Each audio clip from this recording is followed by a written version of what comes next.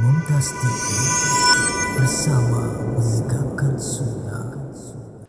Alhamdulillah Rabbil Alamin Wabihi nasta'in ala umurid dunya wad din. Wassalatu wassalamu ala sayyidil mursalin wa imamil muttaqin qaidil ghuril muhajjalin sayyidina wa maulana Muhammadin wa ala alihi wa ashabihi ajma'in, amma ba'd. Jamaah rahimakumullah, di pagi hari ini insyaallah tanggal 8 Rabiul Awal, Allah Azza wa Jalla memperkenankan bagi kita untuk belajar kembali. Kita telah mengetahui bagaimana pentingnya mempelajari sejarah. Di situ ada kemuliaan dan kejayaan. Di situ ada banyak pelajaran tentang urusan dunia dan tentang urusan akhirat. Bagaimana Rasul Sallallahu Alaihi Wasallam berjuang menyampaikan agama Allah ini, melewatin berbagai tantangan, rintangan, sebuah perjalanan yang penuh dengan perjuangan dan pengorbanan. Akhirnya kita sampai pada tahun kedua Hijriah, di bulan Ramadan, tepatnya pada tanggal 17 Ramadan. Terjadi peperangan yang menentukan. Peperangan yang dengannya Allah tampakkan kebenaran dan Allah hinakan kebatilan. Subhanallah. Tatkala kita melihat perang Badar ini, maka kita akan mendapati banyak pelajaran yang seharusnya tanpa kita membaca hikmah dan pelajaran, sekedar kita membaca ceritanya, kita udah dapat tuh pelajaran. Tapi karena sebagian orang ya mungkin malas, mungkin juga tidak terlalu fokus tatkala membaca ceritanya, sehingga dia hanya berpikir ceritanya bagus, kisahnya indah. Maka di sini ya Syekh Dr. Zaid bin Abdul Karim Az-Zaid menyimpulkan hikmah-hikmah dan pelajaran yang dapat dipetik, agar kita juga nggak salah memahami sejarah. Taib, tafadhal dibaca.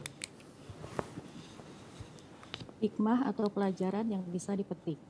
Beberapa pelajaran dakwah yang dapat dipetik dari peristiwa Perang Badar Kubro adalah sebagai berikut.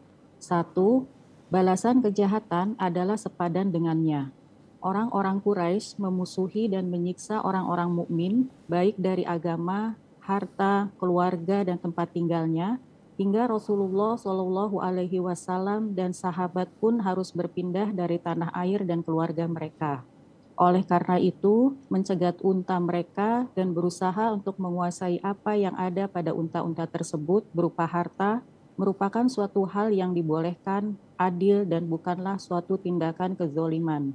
Selain itu, kaum muslimin dalam kondisi berperang dengan orang-orang kafir Quraisy.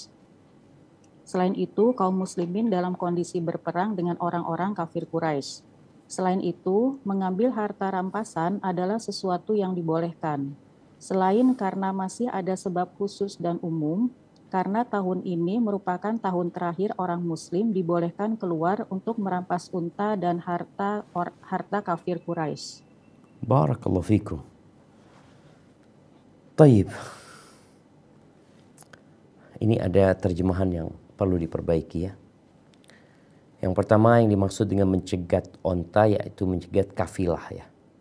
Kafilah yang berisi harta dengan jumlah 1000 ekor onta. Kemudian mereka membawa harta dengan jumlah kira-kira kira-kira 50.000 dinar. Taib. Kemudian di sini disebutkan, selain itu kaum muslimin dalam kondisi berperang dengan orang-orang kafir Quraisy. Selain itu, ini kalimat selain itu dihapus, diganti dengan dan mengambil harta orang kafir harbi, dan mengambil harta orang kafir harbi adalah sesuatu yang dibolehkan.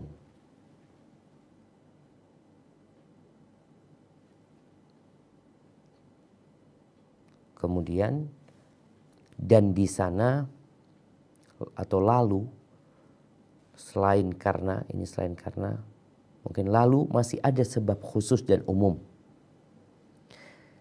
Masih ada sebab khusus dan umum. Karena tahun ini merupakan tahun terakhir orang muslim dibolehkan keluar untuk merampas unta harta Quraisy. Jadi ini tahun ini dihapus ya. Lalu masih ada sebab khusus dan umum yang membolehkan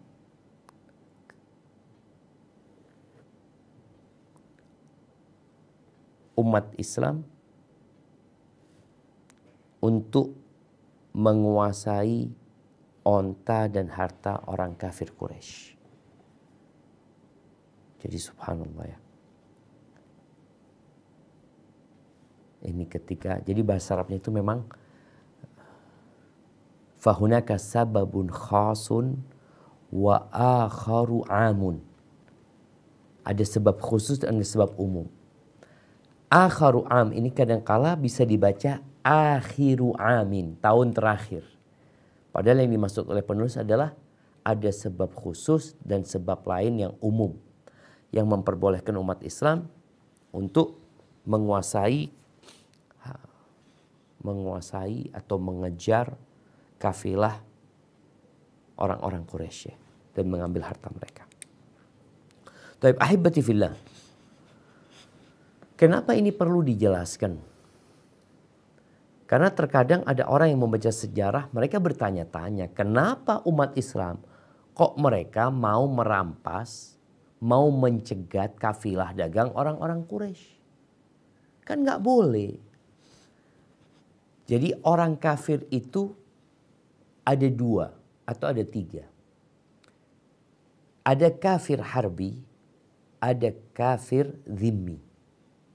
Atau nanti ada kafir mu'ahad, ada kafir musta'man ya. Ada kafir harbi, yakni orang kafir yang memerangi umat Islam. Dan dalam kondisi berperang dengan mereka.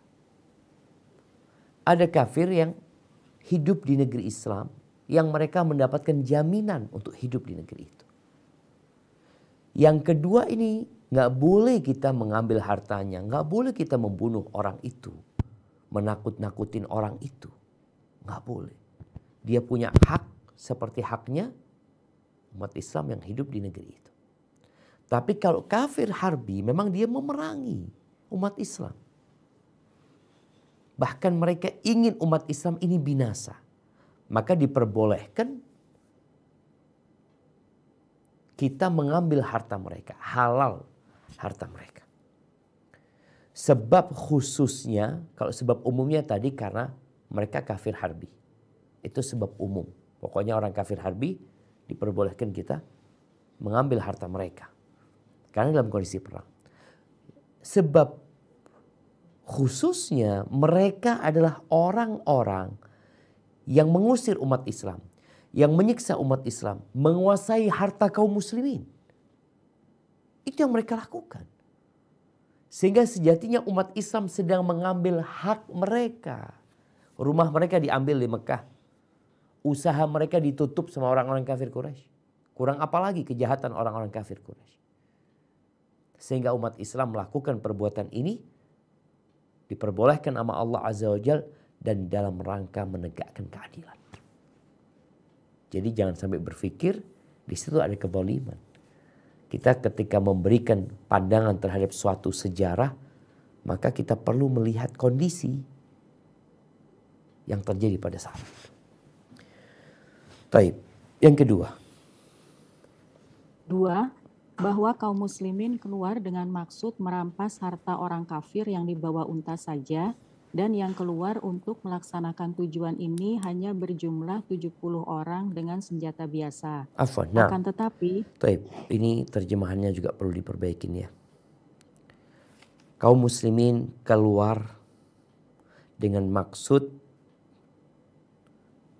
mungkin menguasai harta orang-orang kafir yang dibawa onta. Sajanya dibuang aja. Harta orang-orang kafir yang dibawa kafilah onta. Kemudian dan yang keluar ini mungkin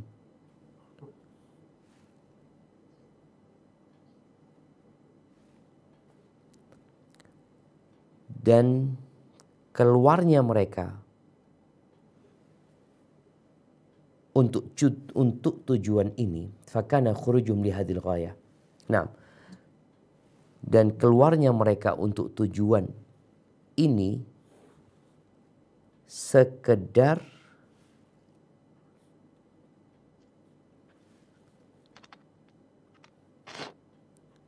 dengan persiapan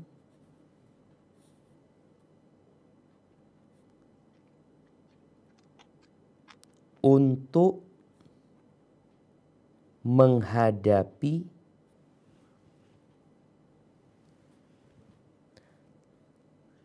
kafilah yang dijaga oleh 70 orang dengan senjata biasa. Nah, diulangi Pak Ustadz. ya diulangi. Bahwa kaum muslimin keluar dengan maksud menguasai harta orang kafir yang dibawa kafilah unta, dan keluarnya mereka untuk tujuan sekedar dengan persiapan untuk menghadapi kafilah yang dijaga oleh hanya berjumlah 70 orang dengan senjata biasa. Begitu Iya, Pak Ustaz? betul. Akan tetapi Allah menghendaki yang lebih mulia dari itu agar Islam lebih berpengaruhnya dan sebagai sesuatu yang menyakitkan bagi orang-orang kafir, yaitu bertemunya dua kelompok dalam perang. A'udzubillahi minasyaitonirrajim. Wa idh ta'idukumullahu ihdat ta'ifataini annaha lakum wa tawadduna anna ghayra dzati syaukati takunu lakum wa yuridullah ayyuhiqqal haqqa bikalimatihi wa yaqta'a dabiral kafirin. Dan ingatlah ketika Allah menjanjikan kepadamu bahwa salah satu dari dua golongan yang kamu hadapi adalah untukmu. Sedangkan kamu menginginkan bahwa yang tidak mempunyai kekuatan senjatalah untukmu. Tetapi Allah hendak membenarkan yang benar dengan ayat-ayatnya dan memusnahkan orang-orang kafir sampai ke akar-akarnya. Quran Surat Al-Anfal ayat 7. Menegakkan kebenaran dan menghancurkan orang-orang kafir lebih mulia daripada hanya sekedar memeras khalifah pedagang yang membawa harta orang-orang kafir. Sekalipun ini juga merupakan hal yang baik. Barakallahu fikum. Iya. Kita lihat ya. Umat Islam ketika bergerak menuju ke Badar, itu jumlahnya nggak banyak. Bahkan Nabi SAW juga tidak menyuruh semua sahabat untuk berangkat. Tujuan utamanya adalah menguasai, mencegat kafilah dagang milik orang-orang Quraisy yang dijaga 70 orang. Dan 70 orang penjaga kafilah ini juga persenjataan biasa gitu. Persenjataan orang yang dalam perjalanan. Sehingga Nabi SAW tadi dengan jumlah 300 belasan itu udah banyak sekali gitu. Untuk menghadapi 70 orang ini udah banyak gitu. Dan ya para sahabat mereka adalah manusia biasa. Tapi mereka adalah orang-orang yang dipilih sama Allah untuk mendampingi Nabi SAW. awalnya mereka keluar ya dengan santai. Tapi tatkala tahu yang dihadapi adalah pasukan perang dan kafilah dagang itu telah berhasil melarikan diri, maka agak berat mereka menghadapi hal itu. Tapi itulah takdir Allah Azza wa Jalla. Di sini sebagai pelajaran buat kita bersama, kadangkala sesuatu yang kita inginkan itu tidak kita dapatkan. Tapi kita mendapati sesuatu yang lain. Dan yang lain ini boleh jadi lebih baik daripada yang kita inginkan. Salah satunya berkaitan dengan perang Badar ini. Allah ingin menegakkan kebenaran. Allah ingin menghabisi orang-orang musyrikin sampai seakar-akarnya. Kalau perjumpaan itu hanya dengan kafilah dagang, oke, umat Islam hanya dapat uang. Selesai, dibawa pulang ke Madinah. Tapi karena Allah ingin menegakkan kebenaran, setelah perang Badar itu, bagaimana nama Nabi alaihi salatu wassalam dan nama kaum muslimin itu didengar di seantero jazirah Arab. Orang-orang Arab yang dahulunya sangat mengagungkan Quraisy, karena Quraisy ini adalah kabilah yang dilindungi dan dijaga sama Allah Azza wa Jalla. Ketika kejadian perang Gajah, bagaimana semua kabilah-kabilah yang dilewati oleh tentara Abraha, mereka menyerah sama Abraha. Tapi tatkala sampai ke Mekah, Abraha harus berhadapan sama Quraisy. Quraisy malah meninggalkan Mekah. Mempersilahkan Abraha untuk menghancurkan Ka'bah kalau dia memang mampu untuk melakukan itu. Dengan keyakinan Allah akan menjaga Ka'bah mereka. Dan betul Allah kirimkan tayran ababil. Sehingga kalau sekedar mengambil harta, pengaruhnya ya pengaruh harta mungkin yang dimiliki umat Islam. Tapi dengan Allah berikan kemenangan berhadapan dengan pasukan orang-orang Quraisy, itu pamor Quraisy langsung habis. Maka mereka nanti berusaha untuk perang lagi dengan umat Islam demi mengembalikan pamor mereka. Jadi dampak dari perang Badar ini begitu besarnya, begitu mempengaruhi kepada orang-orang yang awalnya selalu mengkultuskan Quraisy. Tapi dengan kejadian itu mereka jadi tahu Quraisy bukan lagi kabilah yang dilindungi dan dijaga. Barakallahu fiik. Nah, lanjutkan. 3. Rasulullah Shallallahu Alaihi Wasallam, Ali bin Abu Thalib dan Marsad bin Abi Marsad al-Ghonawi saling bergantian menaiki unta. Ketika sampai giliran Rasulullah Shallallahu Alaihi Wasallam untuk berjalan, keduanya berkata, "Wahai Rasulullah, biarlah kami saja yang berjalan." Beliau Shallallahu Alaihi Wasallam menjawab, "Kalian berdua tidak lebih kuat dariku, dan saya tidak membutuhkan upah dari kalian." Begitulah Rasulullah Shallallahu. Ini terjemahannya perlu diperbaiki ya. Dan saya tidak membutuhkan upah dari kalian. Yang benar, dan saya apa yang lebih tepat ya? Ma ana wala ana aghna 'anil ajri minkum. Dan aku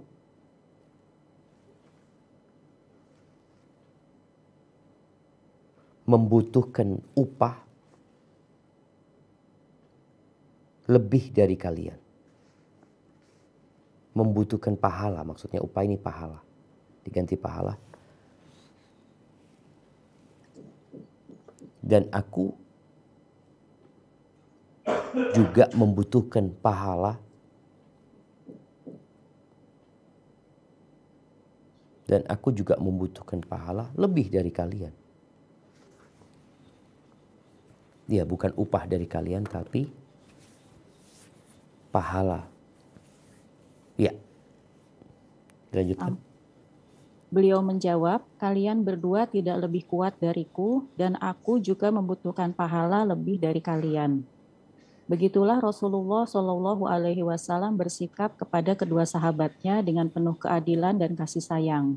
Dengan kedudukannya sebagai Rasul, beliau Shallallahu Alaihi Wasallam tetap tidak sombong diri dari kedua sahabatnya dengan menaiki tunggangan dan membiarkan keduanya berjalan. Akan tetapi beliau Shallallahu Alaihi Wasallam ikut bersama dalam menanggung kesusahan dan keletihan. Allahu Akbar jemaah. Ini sifat pemimpinnya. Sifat pemimpin yang adil, yang bukan pura-pura. Di masa sekarang ini, dengan adanya kamera yang dapat merekam semua yang dilakukan oleh pemimpin. Terkadang ada yang melakukan kegiatan-kegiatan sosial yang menunjukkan dia berbaur dengan masyarakat, namun hal itu hanya sekedar pencitraan. Tidak sebenarnya. Apakah akan melakukan itu tatkala tidak ada kamera yang merekamnya, tidak ada manusia yang melihatnya? Yaitu akan terbukti keikhlasan dia dalam beramal. Ketika perang Badar ini, jumlah kendaraan umat Islam tidak sesuai dengan jumlah kaum muslimin. Hanya 70 ekor onta yang dibawa. Jumlah pasukan 300 belasan. Akhirnya 1 ekor onta itu digunakan bergantian. 1 onta untuk 3 orang ya.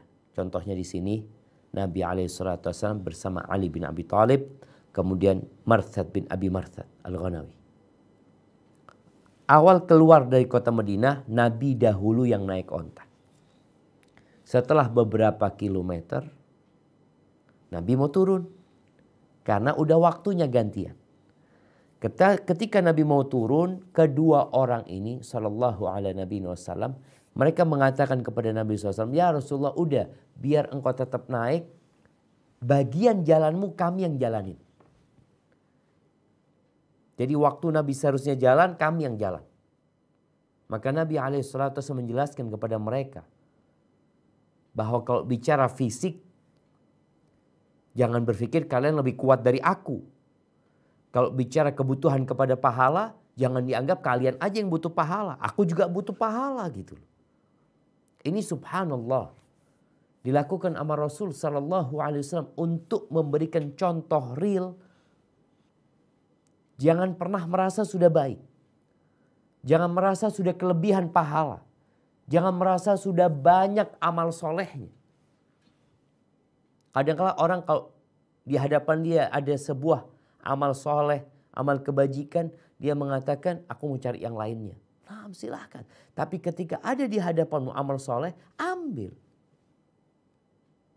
Nabi SAW, beliau jalan, Ali yang naik.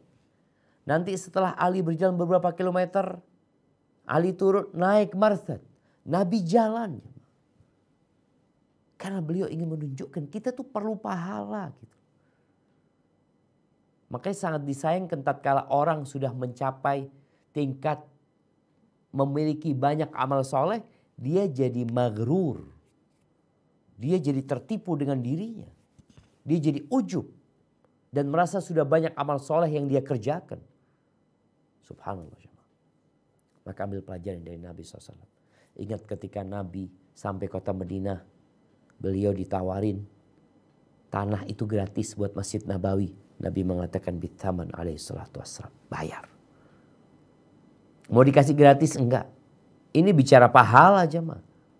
Kalau gratis kan pahala wakafnya buat yang bayarin. Ketika Nabi SAW hijrah dari kota Mekah ke kota Madinah, ditawarin onta gratis sama Abu Bakar. Apa kata Nabi SAW? Bithaman, bayar. Beliau berlomba-lomba untuk mendapatkan pahala sebesar-besarnya. Bukan malah meremehkan pahala. Barakallahu fiik. Nah, dilanjutkan. Orang-orang Muslim dan Rasulullah Shallallahu Alaihi Wasallam keluar untuk mencegat kafilah dagang Abu Sufyan. Kemudian turunlah firman Allah, A'udzubillahi minasyaitonirrajim. kama akhrajaka rabbuka min baitika bil haqqi wa inna fariqam minal mu'minina lakarihun yujadilunaka fil haqqi ba'da ma tabayyana ka'annama yusaquna ilal mauti wa hum yanzurun wa idh ya'idukumullahu ihdat ta'ifataini annaha lakum wa tawadduna anna ghayra dhati sawqati takunu lakum wa yuridullahu ayyuhiqqal haqqa bikalimatihi wa yaqta'a dabiral kafirin liyuhiqqal haqqa wa yubtilal batila walau karihal mujrimun.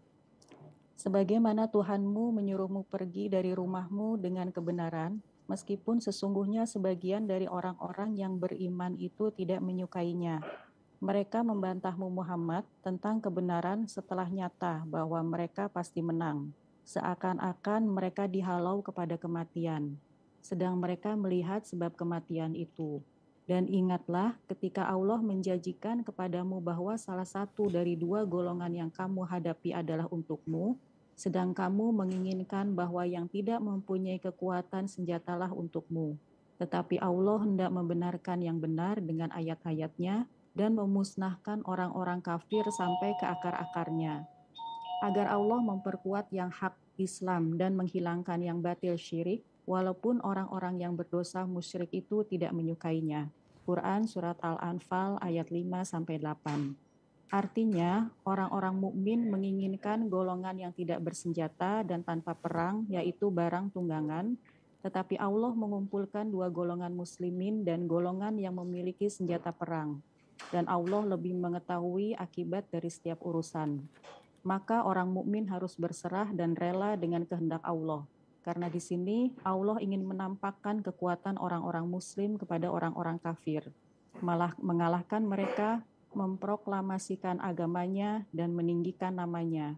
Dan dialah yang mengatur segala urusan hambanya dengan baik, sekalipun hambanya menginginkan selain itu. Karena mereka tidak mengetahui apa akibat dari semua itu. Kalaupun mereka mengetahui, hanya sedikit saja dari mereka yang akan memilihnya.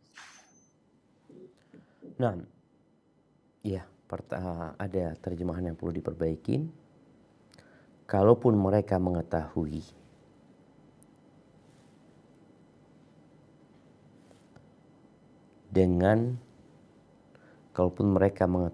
dengan akibat yang baik,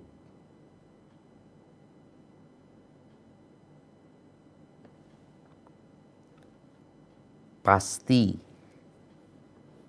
semuanya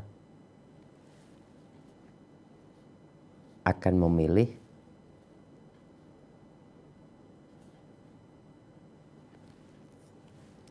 memilihnya, yakni memilih perjumpaan dengan musuh bukan dengan kafilah dagang. Taib ahibati fillah.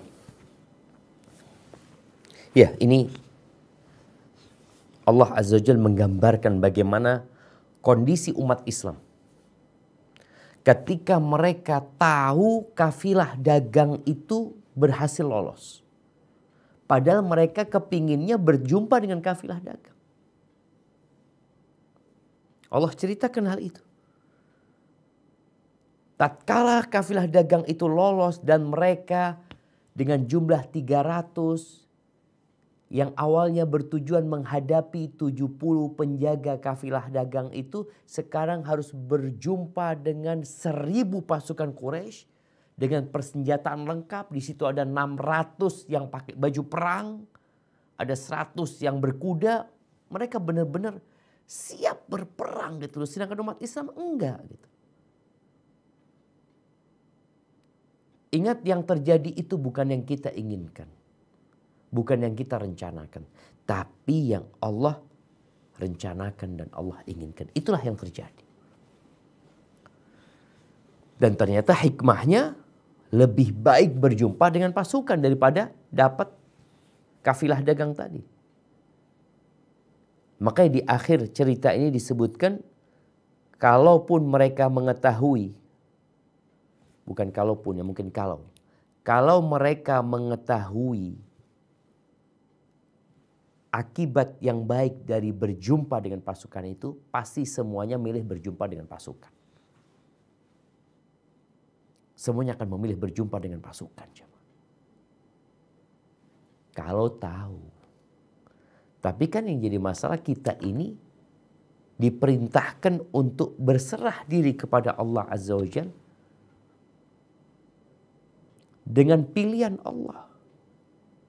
Terkadang nggak kita sukai. Berapa banyak penyakit yang kita tidak menyukainya. Berapa banyak petaka yang kita tidak menginginkannya. Tapi itu terjadi. Ternyata itu baik loh buat kita. Ada cerita orang tua dan anak muda di Mesir. Mereka mau pulang. Mereka menunggu mobil angkutan. Yang kalau sudah malam hari itu cuma 1 jam sekali ada. Tahu-tahu ada mobil angkutan. Ketika mau naik, orang tua ini, anak muda itu naik duluan. Ternyata hanya tinggal 1 kursi. Hanya tinggal 1 kursi. Udah duduk nih anak muda ini. Dia kepingin cepat sampai. Mungkin kepingin ketemu keluarganya lebih dahulu daripada harus nunggu 1 jam lagi. Akhirnya orang tua itu memohon, engkau kan masih muda gitu loh. Biar aku dulu lah. Aku sudah tua, masa aku sendirian di sini juga. Akhirnya anak muda ini ya nggak enak ya. Yang awalnya dia kepingin cepat sampai karena orang tua itu memohon, dia turun dari mobil itu. Naiklah orang tua ini. Udah berangkat. Anak muda ini nunggu sejam kemudian ada mobil angkutan, dia naik. Subhanallah. Dalam hati dia udah, ya Allah seharusnya aku udah sampai rumah ya. Udah ketemu keluarga. Gara-gara orang tua tadi, ya Allah aku harus nunggu 1 jam lagi. Ketika dia berjalan, ada ramai-ramai. Ternyata ada mobil yang jatuh ke jurang. Mobil yang jatuh ke jurang itu mobil yang seharusnya dia naikin tadi. Bagaimana kalau dia tahu dengan 2 pilihan. Engkau berangkat dengan mobil akan masuk ke jurang atau engkau nunggu 1 jam. Pasti dia akan milih nunggu 1 jam. Padahal dia tadi milih nunggu 1 jam itu karena nggak enak sama orang tua itu. Dan dia mungkin juga ngerundel, menggerutu. Maka ingat jemaah, pilihan Allah itu pasti yang terbaik. Tapi kadangkala kita punya nafsu. Kita nggak pernah tahu dengan apa yang akan terjadi sebenarnya. Serahkan semua kepada Allah Azza wa Jalla. Barakallahu fiik. Nah, yang kelima. 5. Pada kisah Huzaifah dan ayahnya, yang keduanya ditawan orang-orang musyrik dan tidak akan dilepas kecuali setelah menandatangani perjanjian untuk tidak membantu orang muslim dan perintah beliau untuk tidak mempedulikan sumpah tersebut dengan memohon pertolongan kepada Allah. Dapat kita ambil 2 pelajaran. Pertama, pentingnya setia. Afwan, sebelum dilanjutkan. Kecuali setelah menandatangani perjanjian. Bukan menandatangani sebenarnya, karena memang nggak ada perjanjian tertulis. Setelah bersumpah, berjanji untuk tidak membantu orang Islam. 6 orang Muslim. Dalam untuk tidak membantu umat orang Muslim dalam melawan mereka. Dan perintah beliau, Allah ini terjemahan ini parah sekali jemaah. Dan perintah beliau untuk tidak mempedulikan sumpah tersebut dengan memohon pertolongan kepada Allah. Bahasa Arabnya mengatakan wa qaulur Rasul SAW dan sabda Nabi SAW nafi lahum wa nasta'inu billahi alaihim. Kita nafiyah. Jadi memang masalahnya kata nafi ini bahasa Arab boleh jadi dari kata nafa yanfi yang artinya meniadakan.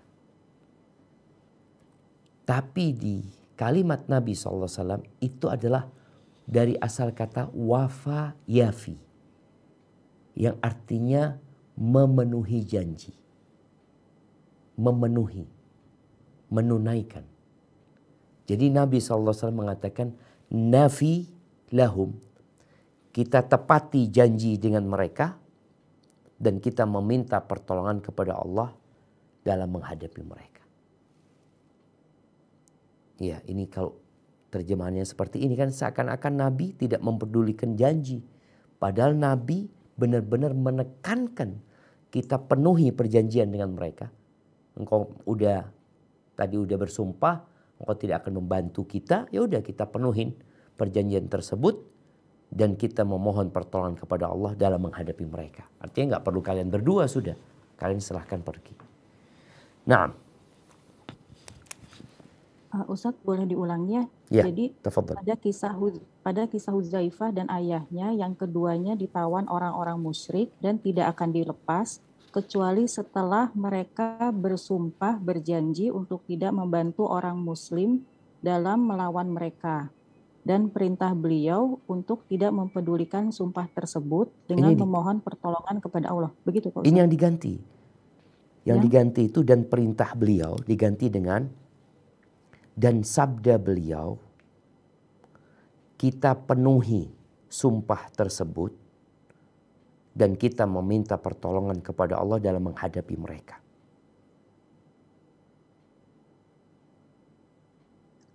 Dan sabda beliau, kita penuhi sumpah tersebut dengan memohon pertolongan. Nggak usah dan memohon pertolongan kepada Allah dalam menghadapi mereka.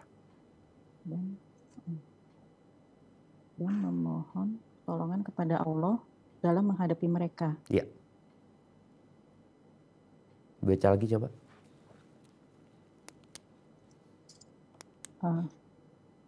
Kecuali setelah mereka bersumpah berjanji untuk tidak membantu orang muslim dalam melawan mereka. Dan sabda beliau, kita penuhi sumpah tersebut dan memohon pertolongan kepada Allah dalam menghadapi mereka. Iya. Dapat kita ambil dua pelajaran. Pertama, pentingnya setia terhadap suatu perjanjian. Kedua, sebagai pendidikan dari Nabi SAW kepada sahabat-sahabatnya, bahwa perjanjian yang seperti itu tidak perlu ditaati, sebab akan mendatangkan mudorot yang lebih besar dibandingkan manfaatnya. An-Nawawi rahimahullah ini kedua, sebagai pendidikan dari Nabi SAW kepada para sahabat-sahabatnya, bahwa perjanjian seperti ini tidak harus ditaati, ya. Bukan tidak perlu, tapi tidak harus ditaati. Akan tetapi, diganti sebab ini, akan tetapi beliau, ini Anda bacakan bahasa Arabnya, walakinna Rasul SAW arada an yu'allim ashabahu tarkal maslahati idza kana fiha daf'un limafsadatin akbar. Akan tetapi Nabi alaihi salatu wassalam ingin mengajarkan kepada para sahabatnya bahwa meninggalkan maslahat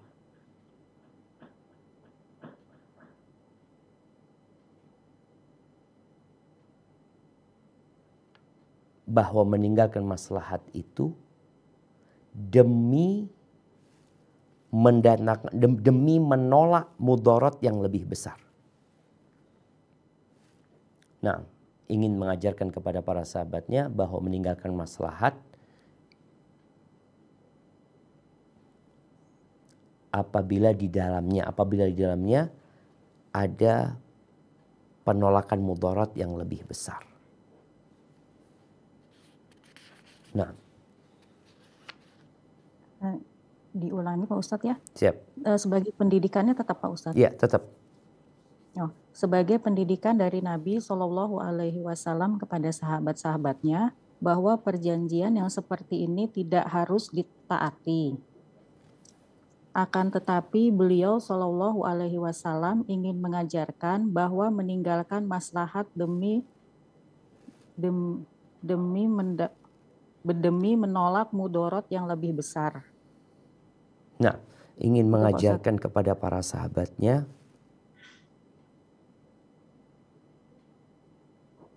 bahwa meninggalkan maslahat itu penting, tambah itu nggak apa-apa, apabila di dalamnya ada penolakan mudarat yang lebih besar.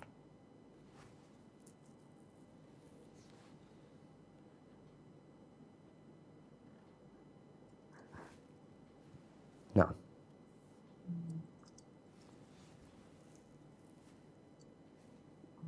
akan tetapi beliau Shallallahu Alaihi Wasallam ingin mengajarkan bahwa meninggalkan maslahat itu penting apabila di dalamnya ada penolakan mudorot yang lebih besar.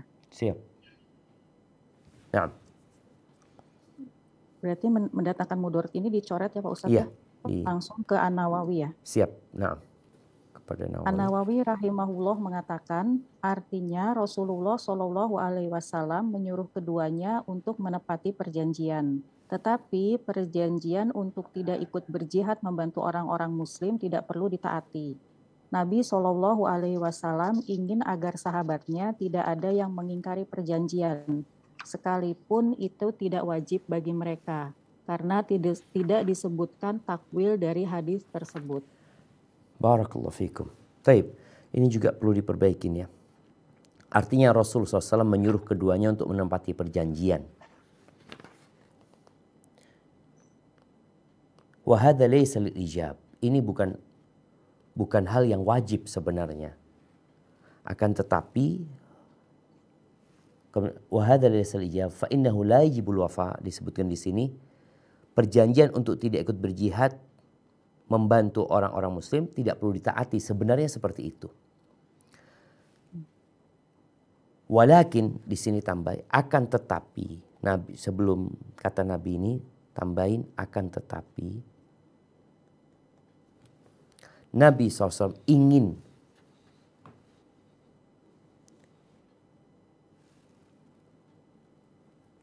Nabi SAW ingin agar sahabatnya agar tidak tersebar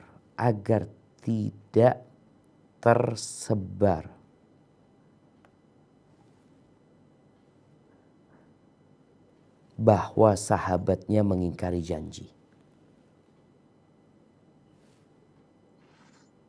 Nah, agar tidak tersebar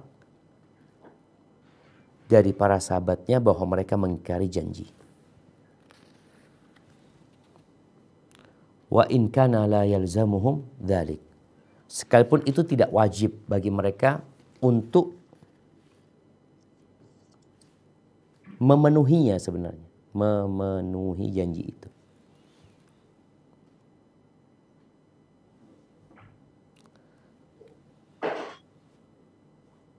Li'annal musyi karena orang yang menyebarkan berita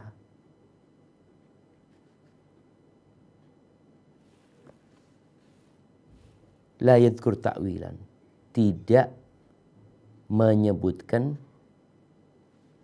alasannya.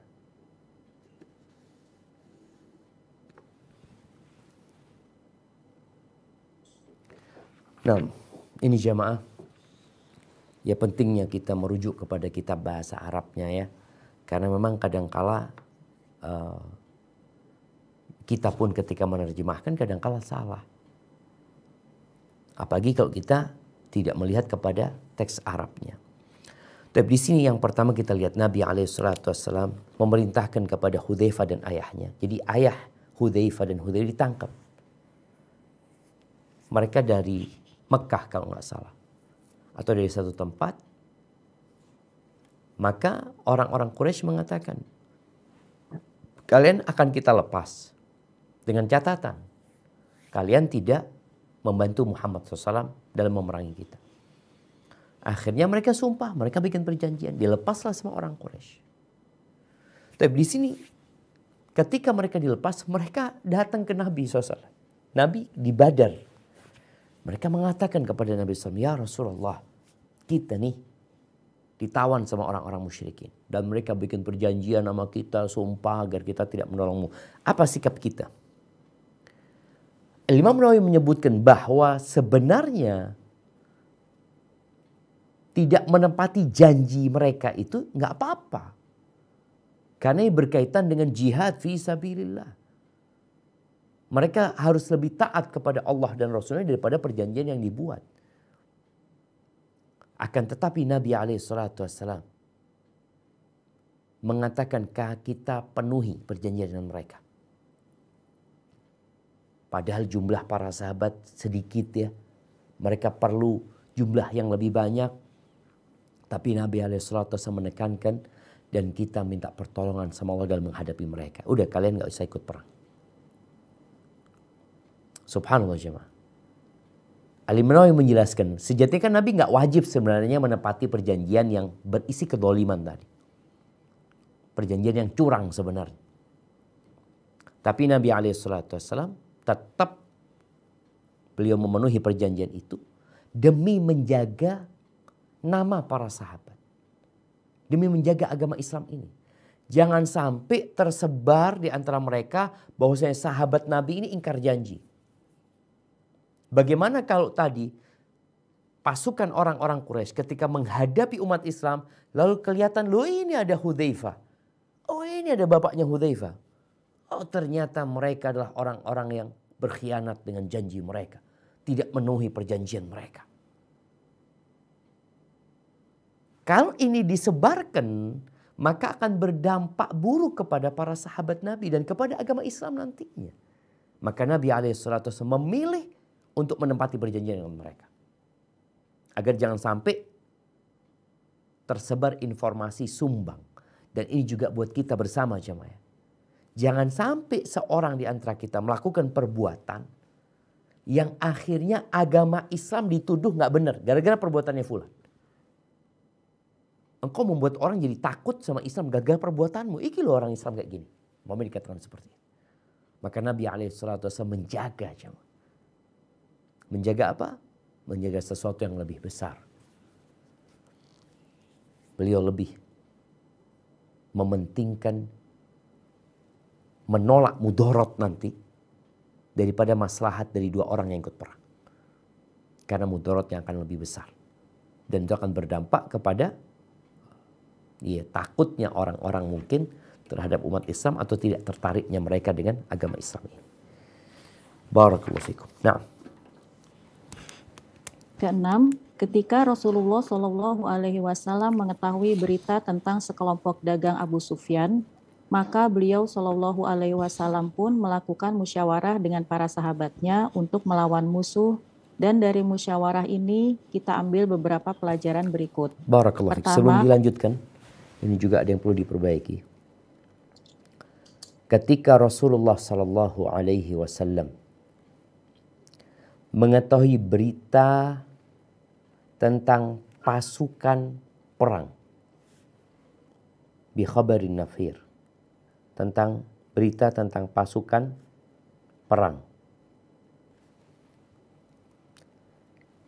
dan selamatnya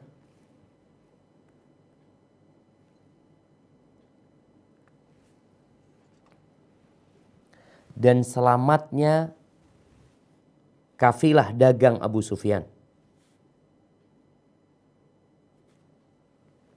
Nah, coba dibaca.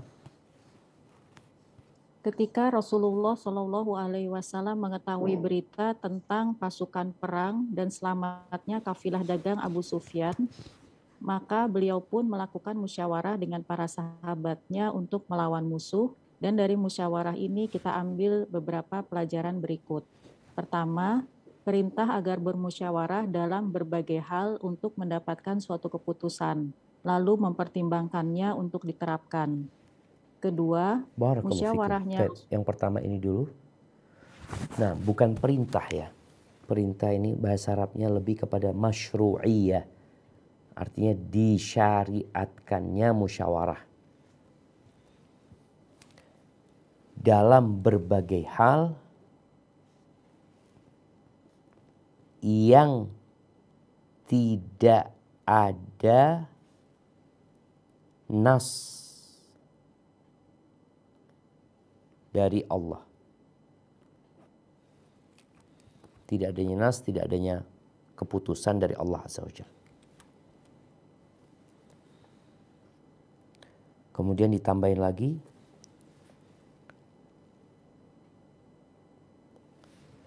فالأمور الطارئة التي لم يرد فيها نص من الكتاب أو السنة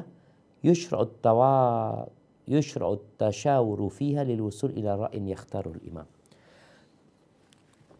Artinya perkara-perkara yang datang yang tidak ada nas dari Al-Quran dan Sunnah tentangnya, maka disyariatkan bermusyawarah di dalamnya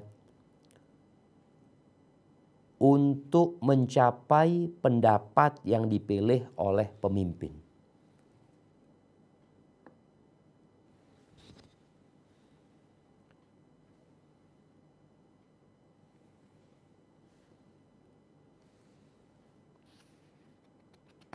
Nah, berbagai di sini untuk mendapatkan suatu putusan lalu mempertimbangkan untuk diterapkan.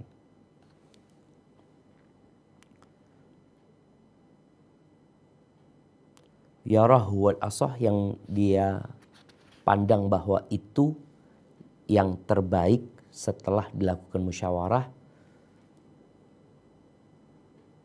dan setelah mempertimbangkan pendapat-pendapat yang lainnya demi mencari yang terbenar dan terbaik. Ya, itu yang pertama. Taib. Sebelum kita lanjutkan ya, kita lihat Rasul sallallahu alaihi wasallam tatkala rencana mereka berubah. Awalnya kafilah dagang, tahu-tahu berubah menjadi pasukan perang. Maka Nabi alaihi salatu wasallam akhirnya bermusyawarah dengan para sahabatnya. Karena memang nggak turun wahyu pada waktu itu. Pilihannya apa? Ketika ada wahyu yang turun, ketika ada nas, pernyataan dari Allah, atau sekarang dari Nabi SAW, orang nggak bisa milih. Makanya musyawarah itu dalam perkara-perkara yang tidak ada keputusannya dari agama. Tapi kalau sudah ada keputusan dari agama, nggak perlu musyawarah. Mama ini orang musyawarah kumpul tentang zina. Ya apa zina ini? Zina ini mau diperbolehkan apa enggak gitu. Lo ada nasnya gitu. Tapi ketika ada perkara-perkara kontemporer yang memang tidak ada penjelasan dalam Al-Quran dan Sunnah, mau tidak mau perlu musyawarah. Jadi tidak semua urusan dimusyawarahkan. Dan nanti ketika musyawarah, yang dipilih itu adalah keputusannya pemimpin. Alhamdulillah. Alhamdulillah. Yang dipilih itu adalah keputusan pemimpin. Jadi ketika nanti pemimpin menetapkan satu pendapat itu, maka seluruh orang yang ikut musyawarah seharusnya menghormati hasil musyawarah itu. Dan alhamdulillah para sahabat semua menghormati hasil musyawarah itu. Dan kita lihat ya Nabi SAW bermusyawarah. Maka pemimpin-pemimpin sekarang perlu musyawarah. Tapi jangan salah pilih kawan bermusyawarah. Barakallahu fiik. Nah, dilanjutkan. Kedua, musyawarahnya Rasulullah Shallallahu Alaihi Wasallam dan para sahabatnya bertujuan untuk mengetahui sejauh mana kesiapan mereka, meskipun dengan jumlah dan persiapan yang sedikit untuk menghadapi musuh dalam jumlah yang besar dan persenjataan yang lengkap. Nah, ini yang kedua ya. Musyawarahnya Nabi SAW untuk para sahabatnya bertujuan untuk menguji, mengetes kesiapan mereka. Apakah mereka siap berjumpa dengan musuh? Karena jamaah, orang tuh kalau nggak siap, walaupun dia mampu, tapi hatinya nggak mau, maka berantakan jadi. Maka Nabi SAW ketika bermusyawarah dengan mereka, beliau ingin menguji tentang kesiapan mereka berhadapan dengan musuh. Maka kita lihat bagaimana ucapan Abu Bakar Siddiq, Al-Miqdad bin Aswad, Sa'ad bin Mu'ad. Mereka mengatakan, kalau engkau mengajak kami ya untuk menyeberangi lautan, kami pun akan bersamamu. Jadi hal ini selain menguatkan semua sahabat, ini juga menunjukkan kesiapan mereka. Jadi dalam barisan itu kalau ada yang gembosin akan berbahaya gitu. Kalau aduh nggak usah lah, kita pulang aja ini itu. Tapi ternyata semuanya satu kata. Kita siap untuk itu. Nah, yang ketiga. Ketiga, dalam menjalankan sidang musyawarah, Rasulullah Shallallahu Alaihi Wasallam memiliki metode yang sangat baik ketika mengulangi ucapannya. Wahai manusia, tunjukkanlah kepada saya ide kalian. Kemudian Abu Bakar radhiyallahu anhu mengemukakan pendapatnya. Selanjutnya Umar radhiyallahu anhu, kemudian Miqdad radhiyallahu anhu. Akan tetapi, masih saja beliau mengulangi perkataannya tersebut guna ingin mengetahui pendapat kaum Ansor yang telah bersumpah setia untuk senantiasa berperang bersama Rasul pada perjanjian Aqabah kedua. Dan saat ini perang itu pun telah tiba. Barakallahu Kendati fikum. pun Ya. Ini ada yang kurang ditambahkan. Untuk senantiasa berperang bersama Rasul. Nah, untuk senantiasa melindungi dan berperang bersama Rasul sallallahu alaihi wasallam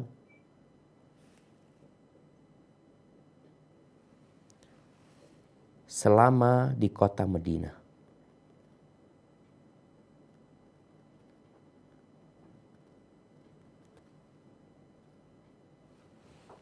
Pada perjanjian Aqabah kedua. Dan saat ini perang itu di luar kota Madinah.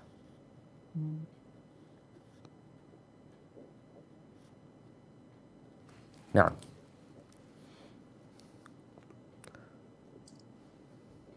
ulangi, akan tetapi masih saja beliau mengulangi. Akan tetapi masih saja beliau mengulangi perkataannya tersebut guna ingin mengetahui pendapat kaum Ansor yang telah bersumpah setia untuk senantiasa melindungi dan berperang bersama Rasulullah selama di kota Madinah. Di kota Madinah pada perjanjian Aqabah kedua. Dan saat ini perang itu di luar kota Madinah. Nah, Begitu Pak Ustadz. iya betul. Kendati pun demikian, beliau tidak menyebutkan wahai kaum Ansor, tetapi beliau Shallallahu Alaihi Wasallam menyebutkan dengan wahai manusia. Selanjutnya Sa'ad bin Mu'ad pun mengemukakan pendapatnya, sehingga beliau menjadi senang dan lapang dadanya atas ucapan Mu'ad tersebut. Masya Allah, barakallahu fikum.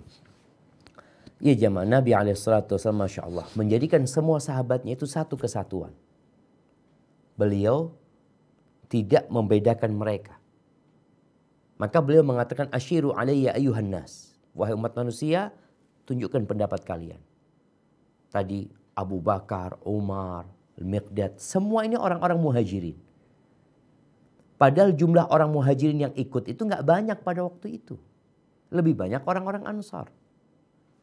Maka Nabi tidak langsung mengatakan, menurut kalian gimana orang-orang Ansar? Enggak, Nabi mengatakan An-Nas. Karena memang orang-orang Ansar ketika baiat Aqabah di Mekah itu, mereka memang berjanji akan melindungi Nabi alaihissalatu wasallam, berperang bersama Nabi alaihissalatu wasallam selama mereka di kota Madinah. Artinya, Nabi kalau ke kota Madinah, kami akan lindungi engkau. Nabi alaihissalatu wasallam khawatir orang Ansar ini kalau di luar kota Madinah, mereka tidak akan berperang bersama Nabi SAW. Tapi Sa'ad bin Mu'ad, salah satu pemimpin orang Ansar, menyebutkan, kami sudah beriman dengan engkau ya Rasulullah. Apakah kemudian kami tidak akan menolongmu? Enggak ya Rasulullah. Ya. Maka Nabi SAW begitu gembiranya dengan ucapan Sa'ad bin Mu'ad ini. Nah. 7. Rasulullah Shallallahu Alaihi Wasallam bermusyawarah dengan para sahabatnya, sekalipun beliau yang paling sempurna di antara mereka. Ibnu Hajar berkata, diriwayatkan oleh Ibnu Abi Hatim dengan sanad yang hasan dari Hasan, ia berkata, Rasul mengetahui bahwa beliau tidak memerlukan pendapat mereka para sahabat, tetapi beliau Shallallahu Alaihi Wasallam ingin agar hal tersebut dibiasakan setelah beliau tiada. Allahu Akbar jamaah ya. Nah, Nabi itu nggak perlu dengan pendapatnya para sahabat. Beliau tinggal mengatakan kita berangkat perang. Ya udah, kan wajib taat orang-orang. Allah mengatakan atiullaha wa atiur rasul. Mereka harus patuh.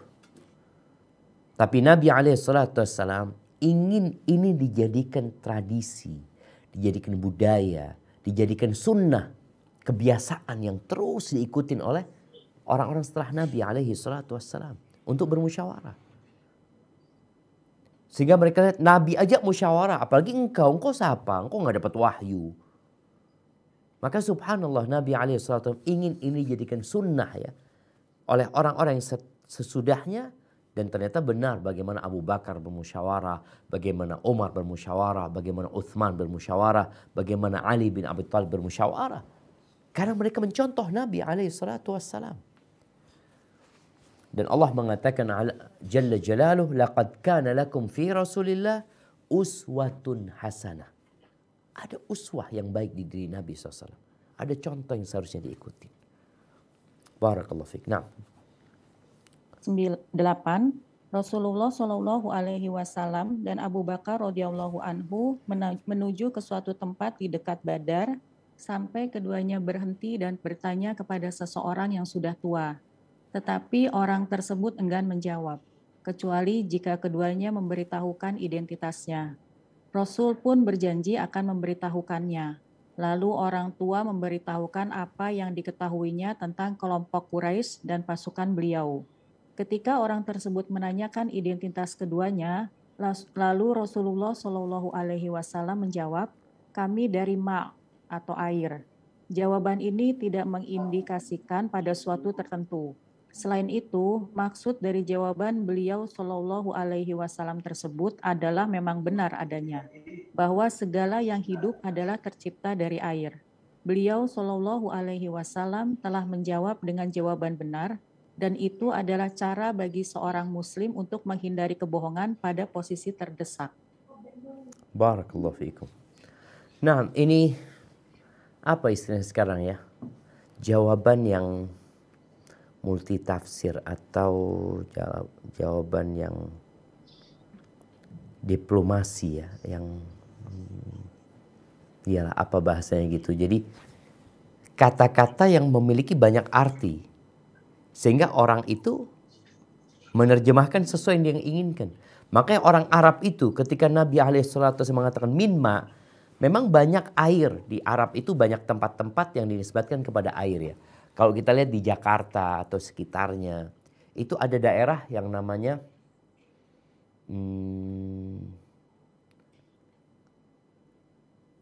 yang pakai nama pondok, ada pondok labu, ada pondok kelapa, ada pondok ini, ada pondok ini, atau pakai nama rawa, rawa ini, rawa ini, rawa itu. Kemudian ada banyak tuh. Kemudian kalau yang di Jawa mungkin ada yang air ya, di Bandung sana yang pakai cici semuanya katanya itu air gitu, berasal dari kata air. Jadi ketika mengatakan air, ya itu memang nama daerah gitu loh. Air yang mana cuma? Orang Arab itu mengatakan min ma yang mana? Jadi tinggal sama Nabi SAW. Dan Nabi tidak bohong.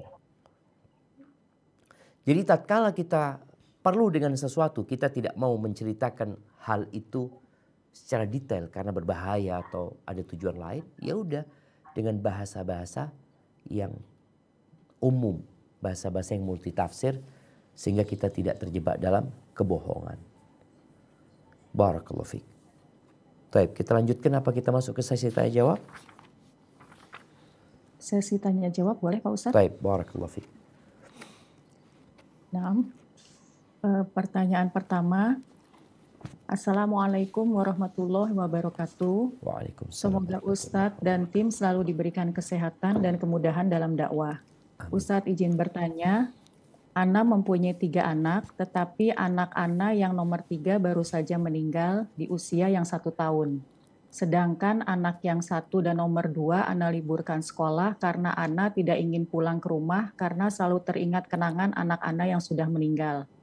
Apakah sikap Ana berdosa Ustadz kepada anak yang nomor 1 dan nomor 2?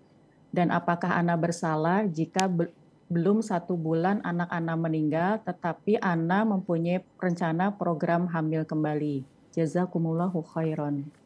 Masya Allah, barakallahu fiik. Nah,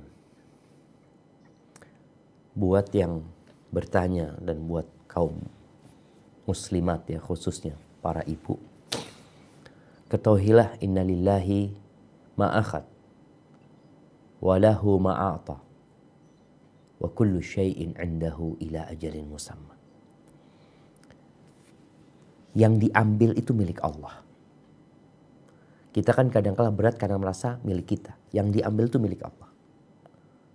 Tanamkan di diri kita bahwasanya apapun yang kita kehilangan dalam hidup ini, itu sebenarnya milik Allah, bukan milik kita. Yang dikasih juga milik Allah. Anak-anak yang masih sua itu juga milik Allah Azza wa Jalla. Kita pun milik Allah. Dan segala sesuatu itu sudah ditetapkan waktunya. Bersedih gak apa-apa, tapi jangan berlarut-larut. Karena kesedihan yang berlarut-larut itu berbahaya buat kehidupan seorang muslim. Apa bahayanya? Menjadikan dia tidak produktif. Menjadikan dia melakukan tindakan-tindakan yang seharusnya tidak dia lakukan. Maka nasihat Ana, bersabarlah. Ketika seorang wanita menangis di kuburan, menangisin anaknya yang meninggal dunia, Nabi SAW melewatin perempuan ini sambil mengatakan kepada dia, isbiri wahtasibi, sabar, tahan dirimu dan berharaplah pahala sama Allah Azza wa Jalla. Berharap pahala. Jadi jangan sampai kita berpikir cuma musibah doang, Ana harus sabar. Ini loh, ada pahalanya loh. Ada pahala di sini, kok berharap pahala. Bagaimana itu anak ya, yang dapat memberikan syafaat kepada orang tuanya. Bagaimana kalau orang tuanya beristirja dan bersyukur kepada, yakni memuji Allah Azza wa Jalla, maka akan dibangunkan rumah di surga dengan nama rumah pujian untuk dirinya. Ada banyak pahala. Jadi jangan hanya memikirkan kesedihan kehilangan mereka, tapi berpikirlah pahala yang Allah akan berikan. Karena anak itu gak bakal kembali. Maka di sini lihat, kesedihan itu menyebabkan orang tuanya ya berdampak kepada kakak-kakaknya. Kalau bicara ada kenangan di rumah itu, ya udah, baju-baju milik anak tersebut sedekahkan, berikan kepada orang-orang yang membutuhkan. Mainan-mainan juga yang menyebabkan kau ingat supaya lebih manfaat, berikan kepada orang-orang yang membutuhkan. Dan engkau segera punya program untuk punya anak lagi. Nah, jadi berdoalah, minta sama Allah agar dijauhkan dari kesedihan yang membahayakan tadi. Allahumma inni a'udzubika minal hammi wal hazan. Ini doa Nabi SAW, ya Allah, aku berlindung kepadamu dari ham, dari kekhawatiran dengan yang akan datang, kecemasan dengan yang akan datang, dan kesedihan dengan masa lalu. Barakallahu fiik. Nah. Jazakallahu khairan Pak Ustadz atas jawabannya. Pertanyaan berikutnya, Assalamualaikum warahmatullahi wabarakatuh. Waalaikumsalam. Ustadz, apakah benar saat telinga berdenging kita diwajibkan membaca sholawat dan itu merupakan tanda Nabi membicarakan kita? Yang kedua, boleh langsung kedua ketiga Pak Ustadz? Nah, tafadhal. Yang kedua, apakah kita boleh berbohong demi kebaikan? Yang ketiga, apakah benar Pak Ustadz, akikah untuk anak laki-laki bisa dengan 1 kambing saja jika tidak mampu? Masya Allah, barakallahu fiik. Nah, subhanallah jamaah ya. Wallahu a'lam. Ana pernah dengar itu ya. Bahwasanya kalau telinga berdenging, berselawat kepada Nabi SAW, yang seperti ini perlu ada dalil. Apalagi ini bicara sesuatu yang gaib. Apa yang dibicarakan? Nabi sedang membicarakan kita. Dari mana engkau tahu Nabi sudah meninggal dunia sallallahu alaihi wasallam? Memang Nabi alaihi salatu wasallam dapat kiriman salawat dari umatnya. Ketika kita bersalawat kepada Nabi alaihi salatu wasallam, akan ada malaikat yang mengantarkan salawat ini kepada Nabi alaihi salatu wasallam. Jadi yang berkaitan dengan hal itu. Ada lagi banyak hal yang sifatnya khurafat di masyarakat ya. Kalau mata ini berkedut ya, itu ada yang ngomongin ya. Macam-macam lah. Ingat, semua keyakinan dengan sesuatu yang gaib itu apabila tidak berdasarkan qala Allah, qala Rasul, maka tidak bisa diterima. Apalagi hanya katanya. Itu pertanyaan pertama. Yang kedua, berbohong dalam kebaikan boleh gak? Bohong yang diperbolehkan itu 3. Siapa yang mengatakan? Nabi SAW. Yang pertama adalah bohong dalam rangka memperbaiki 2 orang yang bertikai. Walaupun sebagian ulama berpendapat bohong 3 bohong ini sebenarnya nggak harus bohong. Bisa seperti yang tadi Nabi SAW katakan kepada orang tua dengan mengatakan kami tercipta dari air. Kami dari air gitu loh. Padahal maksudnya kami tercipta dari air. Bukan dari mata air tertentu yang ada di sana. Jadi kalau kita bisa tidak bohong. Tapi kita menggunakan kata-kata yang multi tafsir, multi makna. Mungkin itu akan lebih baik. Tapi sebagian mengatakan bohong gak apa-apa dalam 3 hal ini. Yang pertama tadi memperbaiki 2 orang yang bertikai. Dengan kita datang kepada fulan. Fulan tuh sering ngomongin antum. Dia kayaknya rindu sama antum. Dia nyesel ya dengan apa yang pernah terjadi di antara engkau sama dia dulu. Lalu dia datang ke fulan juga ngomong seperti itu. Padahal bohong dia. Ini yang pertama. Yang kedua, dalam peperangan.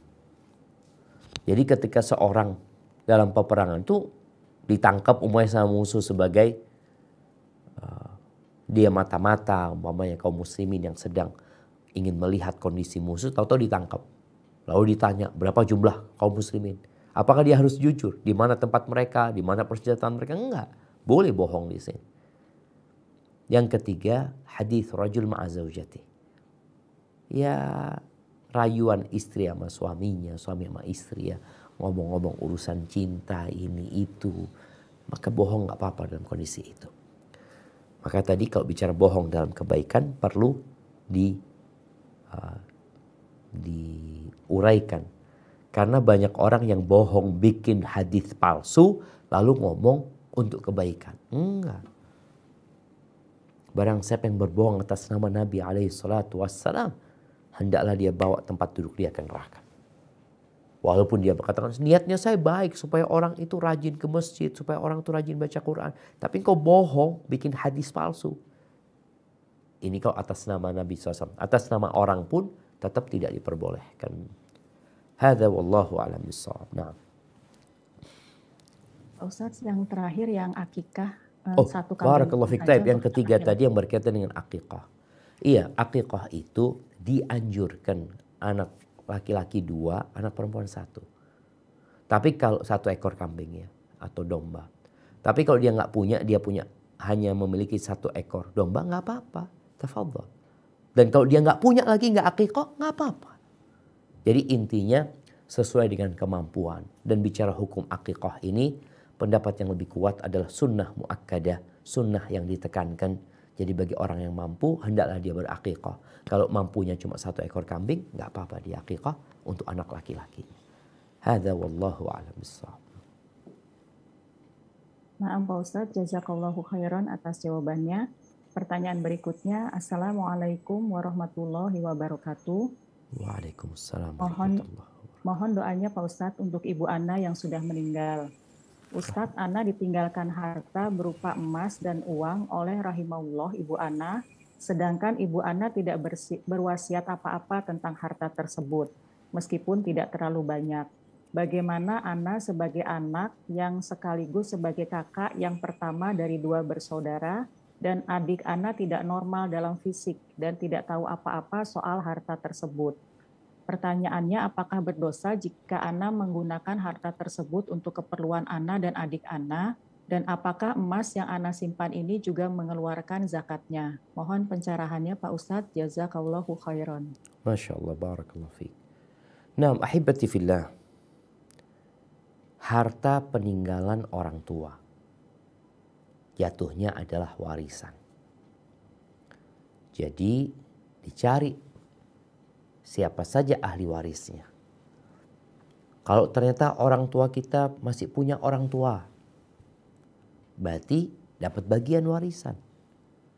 Kalau cuma nggak ada Ustaz, cuma ana sama adik ana 2 umpamanya. Ya sudah, itu warisan kalian. Maka tolong ditetapkan dulu siapa ahli warisnya. Intinya uang, emas, uang, apapun yang ditinggalkan oleh orang yang meninggal dunia yang berupa sesuatu yang bernilai, yang berharga, maka itu menjadi milik ahli waris. Kalau pertanyaannya bolehkah digunakan untuk kepentingannya dan kepentingan adiknya? Ya, sesuai dengan pembagian. Kalau mungkin umpamanya adiknya pakai untuk biaya sekolah, diambilkan dari sana, nggak apa-apa. Tapi adik juga tahu ini milikmu gitu loh. Cuma memang nggak boleh itu harta warisan diberikan kepada anak-anak yang nggak normal tadi, yang akan membuang itu harta. Maka adalah ada yang menjaga hartanya. Intinya harta itu harta warisan. Tolong pembagiannya diperbaiki, ditepatkan, tanya sama ustadz. Ini sekian, ini sekian, ini sekian. Emasnya itu berapa? Kalau dikatakan apakah emasnya itu nanti wajib zakat ya? Maka dilihat emasnya ini berapa gram. Kalau umpamanya anggap 100 gram. Tapi 100 gram milik 3 orang. Berarti kan nggak sampai nisabnya. Tapi mungkin 3 orang ini punya harta lain. Ini milik dia. Jadi intinya harta itu harta warisan. Kalaupun zakat nanti zakat ya per orangnya. Bukan pas ngumpul jadi satu. Karena harta itu harta warisan yang belum dibagi.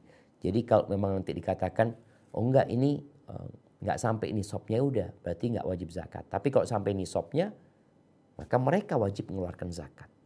Anak-anaknya bukan ibunya ya karena sudah jatuh menjadi milik ahli waris. Hadza wallahu a'lam bissawab. Nah, Pak Ustadz, jazakallahu khairan atas jawabannya. Pertanyaan berikutnya Pak Ustadz, sehubungan dengan muamalah dengan orang kafir. Bolehkah kita turut bergembira dan mengucapkan selamat terhadap pencapaian dari orang kafir itu dalam hal dunia Pak Ustadz? Misalnya sekolahnya ilmu dunia selesai dengan cepat, dengan nilai yang baik. Bolehkah kita mengucapkan selamat? Dan kedua, ketika ada orang kafir yang selama ini bermuamalah dengan kami cukup baik, cukup lama, kemudian mengalami sakit yang cukup parah, ketika ada rasa sedih terhadap apa yang beliau hadapi, apakah itu akan berarti merusak tauhid dan akidah kita Pak Ustadz? Masya Allah, barakallahu fiik. Naam jamaah. Bab muamalah bersama orang-orang kafir, maka hukum asalnya adalah boleh. Kalau tadi berkaitan dengan urusan ucapan selamat ya. Ucapan selamat bukan karena ritual ibadah mereka, bukan berkaitan dengan keimanan mereka, bukan berkaitan dengan agama mereka, maka boleh-boleh saja. Dia baru beli rumah, dia punya anak, dia tadi selesai kuliahnya, maka kita akan selamat ya.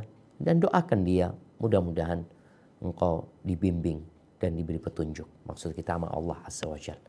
Itu menjadi doa yang baik buat dia, jadi gak ada masalah.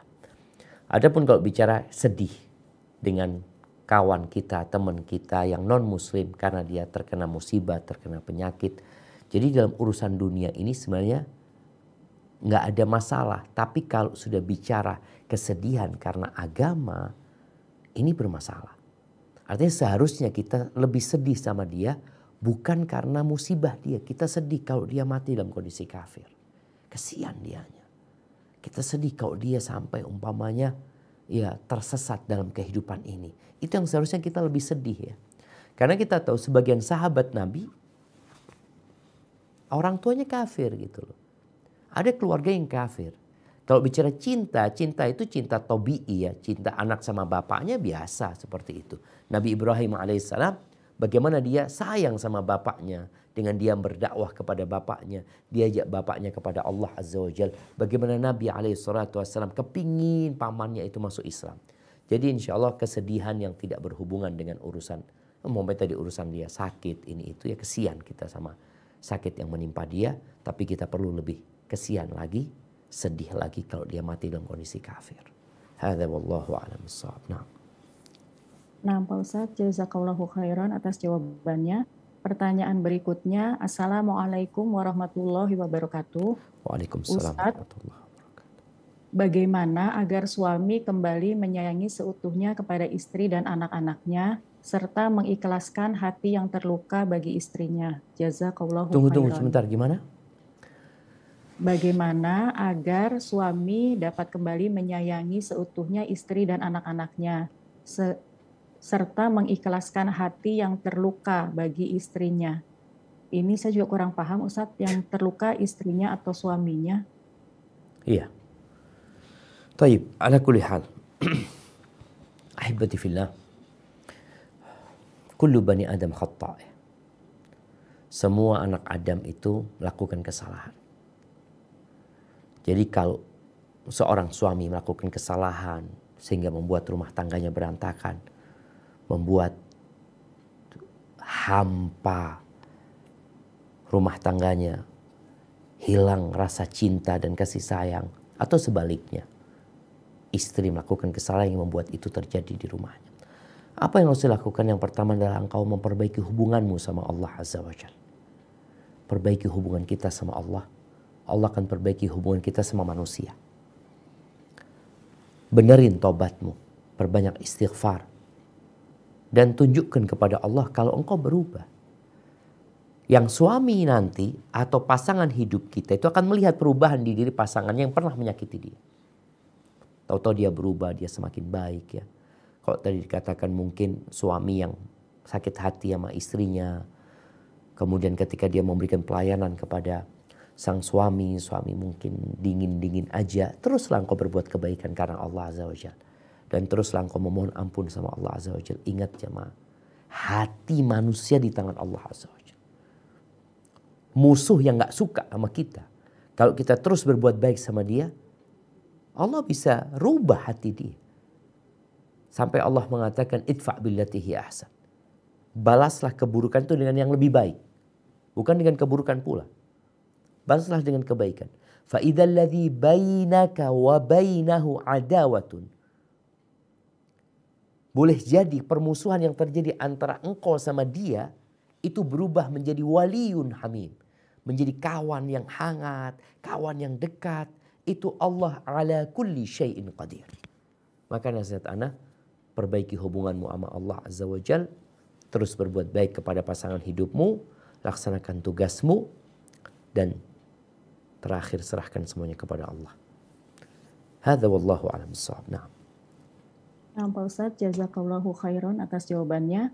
Pertanyaan berikutnya, jika mantan suami mengajak untuk kembali atau rujuk, tetapi dia tidak memastikan kapan dia akan menghalalkan kembali hubungan yang pernah putus, melakukan akad kembali. Apakah janji seperti itu pantas untuk ditunggu, atau mantan istri boleh menerima khitbah dari lelaki lain? Barakallahu fikum. Naam, ahibati fillah. Kalau hanya janji, tapi belum ada khitbah. Janji itu boleh jadi sekedar omongan, dia kepingin rujuk ya. Aku kepingin rujuk sama engkau. Atau masalahnya bukan rujuk ini. Masalahnya menikah baru. Maka demi menjaga hubungan yang baik dengan sang mantan suami, ana rasa pihak perempuan ngomong sama suami. Sampaikan kepada dia, engkau jadi mau melamarku kembali. Kan belum ada lamaran. Karena hanya omongan belaka. Maka hendaklah disampaikan kepada pihak suami bahwasanya kalau engkau memang serius, aku harap segera. Tapi kalau memang enggak, ya sang istri menyampaikan, aku mungkin ada yang ngelamar yang lainnya seperti itu. Jadi ada perkara-perkara yang perlu dijaga jemaah. Kalau mungkin secara hukum agama, sang istri boleh menerima lamaran. Karena memang sang mantan suami belum melamar dia gitu loh. Belum melamar dia, sekedar omongan aja. Dia kepingin kembali gitu loh. Tapi kalau sudah dilamar maka dia nggak boleh menerima nama lamaran orang lain. Kalau dia dalam lamaran sang suami dan sudah diterima, tinggal masalah kapan pernikahannya itu dibicarakan nantinya. Mungkin seperti itu. Baik, kita ke pertanyaan terakhir mungkin. Barakallahu fiik. Baik Pak Ustadz, pertanyaan terakhir, mohon nasihatnya Pak Ustadz, bagaimana cara kita untuk meyakinkan anak perempuan kita untuk mau belajar di ma'had yang dipilihkan, yang bermanhaj salafus soleh. Dan kemudian mohon nasihatnya Pak Ustadz untuk anak kami yang saat ini sudah hafal 5 juz, tetapi mengingat sekarang ini banyak anak-anak yang salah langkah terjerumus dalam pergaulan bebas. Jazakumullahu khairan. Allahu Akbar jamaah. Ya, orang tua ini cinta sama anak-anaknya. Ingin kebaikan buat anak-anaknya. Tapi kadang-kala anak-anak tidak memahami itu. Maka langkah pertama orang tua adalah berdoa memohon kepada Allah dan tidak berhenti berdoa. Karena semuanya berada di tangan Allah. Allah yang menerbitkan matahari. Allah yang menenggelamkannya di ufuk barat sana. Allah yang menjadikan malam dan siang. Yang kedua, orang tua perlu memperbanyak amal soleh. Semoga dengan orang tua yang baik, Allah menjaga anak-anak kita. Yang ketiga berkaitan dengan anak yang diajak masuk pesantren. Maka orang tua harus mempersiapkannya. Dengan cara menggambarkan pesantren ini memang sesuatu yang indah sebenarnya. Kekhawatiran-kekhawatiran dia, ketakutan-ketakutan anak di pesantren itu ya perlu dikasih penjelasan. Dengan cara mereka diajak datang ke pesantren tersebut ya. Kemudian dipertemukan di sana dengan teman-teman yang baik. Dengan ustadzah-ustadzah kalau pesantren putri ya. Yang akan menyambut dia. Sehingga gambaran pesantren itu menakutkan hilang. Mungkin dengan seperti itu. Diajak nanti ke pesantren ini ya. Kan banyak pesantren yang sesuai dengan manhajus salafus saleh ini. Kadang-kala anak nggak mau ke sini karena mungkin lihat fasilitasnya kurang baik ya. Mungkin sambutannya di sana juga nggak baik. Ya udah, carikan pesantren yang lain. Artinya orang tua yang pertama menumbuhkan di diri anaknya bahwasanya belajar di pesantren itu enak sebenarnya. Enak dan nyaman dan dia akan punya banyak kawan di sana. Dia akan banyak aktivitas. Tapi kan ada hal-hal mungkin yang dia khawatirkan. Maka tanyakan kepada dia dan mungkin dicarikan solusinya. Adapun buat anak yang sudah hafal 5 juz ya, yang kita takutkan pergaulan bebas, wallahi jamaah semua takut hal itu ya. Kita para orang tua, kita pernah jadi anak-anak. Tapi yang jelas anak-anak ketika sudah balik, mereka sudah dihitung, dicatat sama malaikat. Maka caranya dicarikan kawan. Diajak ikut bapaknya, ikut ibunya. Kemudian orang tua juga menjalin hubungan yang baik dengan mereka sehingga mereka bisa terbuka sama orang tuanya. Mudah-mudahan dengan cara seperti itu Allah menjaga anak-anak kita dari segala keburukan. Barakallahu fiik, itu yang dapat Ana sampaikan. Kurang lebihnya mohon maaf. Ana kembalikan ke moderator. Jazakillah khairan.